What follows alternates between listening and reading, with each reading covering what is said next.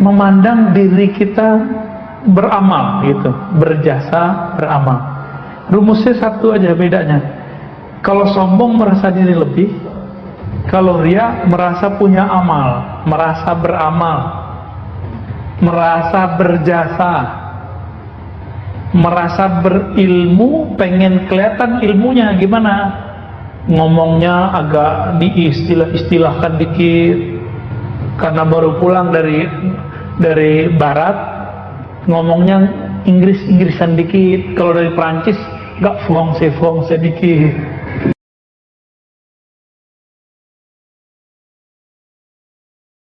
Kalau dari Arab, istilahnya Arab-Arab dikit, biar kelihatan menyeramkan. Ya. Kalau itu muncul, dan itu muncul Pak, ya. Syukurnya waktu dulu kita kuliah, diskusi itu kan hidup. Jadi kita langsung tahu ini lagi belagu nih saya nih. Memang niat nakut-nakutin lawan debat. Caranya kasih istilah yang unik-unik, merekonstruksi sesuatu paradigma berpikir. Kayaknya keren ya, rekonstruksi paradigma.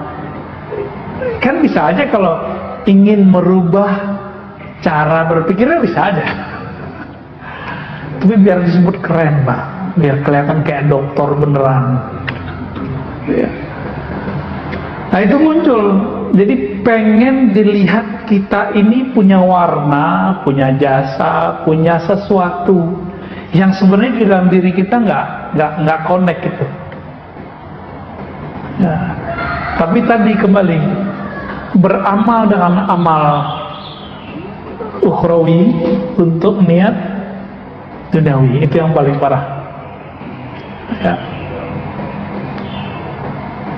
Gimana? Ya, riya dan ujub. Oh ya, kita belum nyampe ke ujub ya.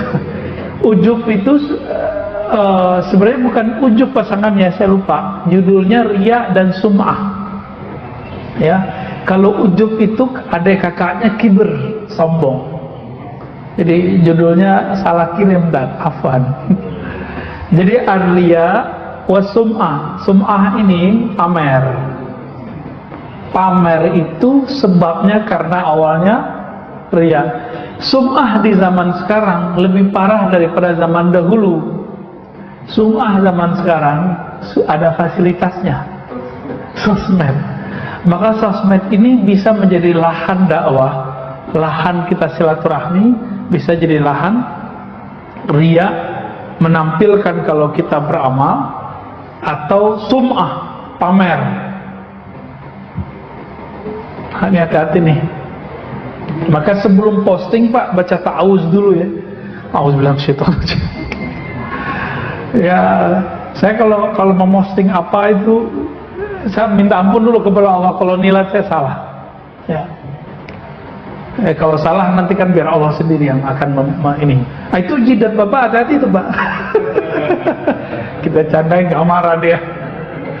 Ada dulu yang saya bilangin gitu, langsung berdiri Pak dia. Hati-hati loh Pak, jidat hitam gitu. Langsung berdiri. Berarti nggak mau dibilangin. Entah saya yang salah ngomongnya atau apa. Jadi kita sampai di satu penafsiran dulu, simahum fi wujuhim min atharis sujud. Tampak ciri-ciri pada wajah mereka yaitu atharis sujud. Asar itu artinya bekas atau efek dari sujud. Ada efek yang zahir, hitam jidat kita, itu biasa. Tapi efek sujud yang paling tinggi apa? Orang sujud itu kepalanya di mana? Di bawah. Maka efek sujud yang hakiki ketika saya nggak pernah meninggikan isi kepala saya. Baru jidatnya lahir batin tuh Pak. Jadi yang jidatnya hitam, itu kewajibannya lebih besar daripada kita yang nggak hitam Pak. Karena orang tahu, wah ini kayaknya banyak sujud nih. Maka kewajiban Bapak lebih kuat daripada kita, lebih berat menjaga efek sujud nih. Ya, jenggot sama, yang punya jenggot ini lebih berat Pak urusannya. Ya. Kan ada yang jenggot style.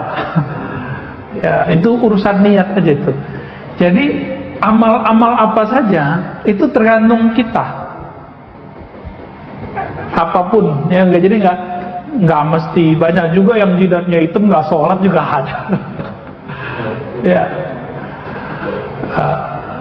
selamat Pak, punya tanggung jawab berat. Apalagi udah. Malamatiyah itu orang yang tidak menyimpan keburukan di hatinya, tapi tidak menampilkan sedikit pun kebaikan. Ibadahnya nggak kelihatan sama kita. Maka orang sholat dia nggak kelihatan sholat, nunjukin nggak kelihatan sholat. Orang kayak gini itu semakin Allah memandang kolbunya, semakin dia ingin menunjukkan keanehan depan orang, biar nggak ketahuan kalau dia ini dekat kepada Allah. Jadi mereka ini bersembunyi dalam terang.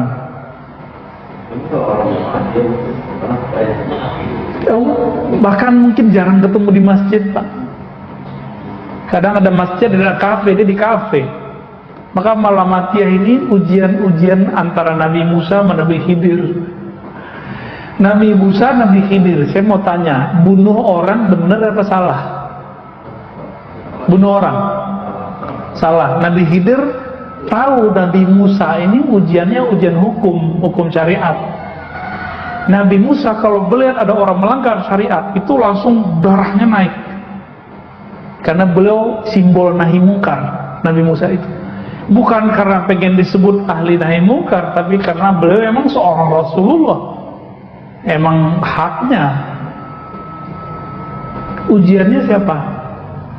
Apa pantangan Nabi Musa dibuat sama beliau? Bapak ini suka jamaah, nanti akan diuji oleh Allah. Tetangga nggak sholat jamaah, hatinya bilang apa? Munafik nih. Munafik nih, nggak sholat ke masjid. Hati-hati Pak, itu ujian kita semua tuh.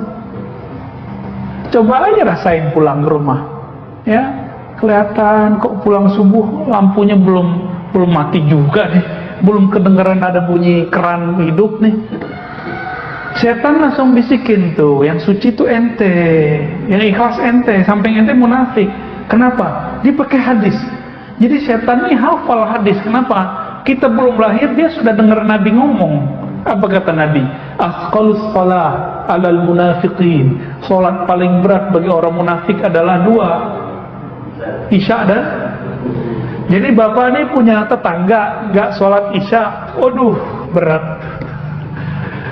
Nanti setannya masuk Pak. Jangan kira saya ini selamat tiap hari saya menghadapi itu Pak. Tetangga kita ada yang sholat subuh, ada yang nggak sholat Isya di masjid, tapi dia sholat nggak di rumah. Sholat di rumah, masa nggak sholat di rumah? Mungkin karena corona dia nggak datang ke masjid, kan bisa begitu. Atau mungkin dia punya mazhab. Imam Ghazali ini punya satu mazhab yang beda sama yang lain. Bagi beliau, orang yang hatinya berpenyakit berat dianjurkan dia berkhalwat. Maka di saat-saat dia berlatih ini boleh ditinggalin sholat jamaah, kecuali Jumat. Tapi nggak boleh tiap sepanjang masa, nggak boleh. Cuma di hari-hari khalwat. Tapi pandangan ini ditolak oleh para imam kita. Imam Barkawi, ya, imam pensyarah kitab Ihya Ulumuddin menolak itu. Itu persoalan fikih. Tapi Imam Ghazali kan ngerti dirinya sendiri. Ya. Beliau itu riaknya karena posisi. Dulu beliau kan profesor, gelarnya Hujatul Islam. Jadi semakin tambah ilmunya, tambah gelarnya, Pak ini semakin tinggi, semakin kuat pengaruh riaknya. Dan Imam Ghazali orang yang mengalami, mengidap penyakit itu semua di waktu beliau terkenal. Maka beliau menghilang 10 tahun, diajarkan Asmaul Husna oleh Imam Abu Ali Al-Farmadi, dan berzikir dengan itu. 4 tahun sebelum wafatnya beliau balik ke Baghdad, lalu pindah ke kampungnya dan bikin surau atau zawiyah pesantren kecil. Di situ beliau mengajarkan kolbu. Lahirlah kitab Ihya Ulumuddin, ya, menghidupkan ilmu agama yang zahir plus batin. Tidak hanya zahirnya, tapi juga batinnya. Semoga kajian ini diridhoi oleh Allah. Semoga kajian ini bisa membimbing kita, membersihkan diri saya pribadi dan kita yang hadir, kita mendengarkan. Amin ya rabbal alamin. Wassallallahu ala nabiyina Muhammad, subhanakallahumma wa bihamdika, asyhadu an la ilaha illa anta, astaghfiruka wa atubu ilaik. Mohon maaf lahir batin. Assalamualaikum warahmatullahi wabarakatuh.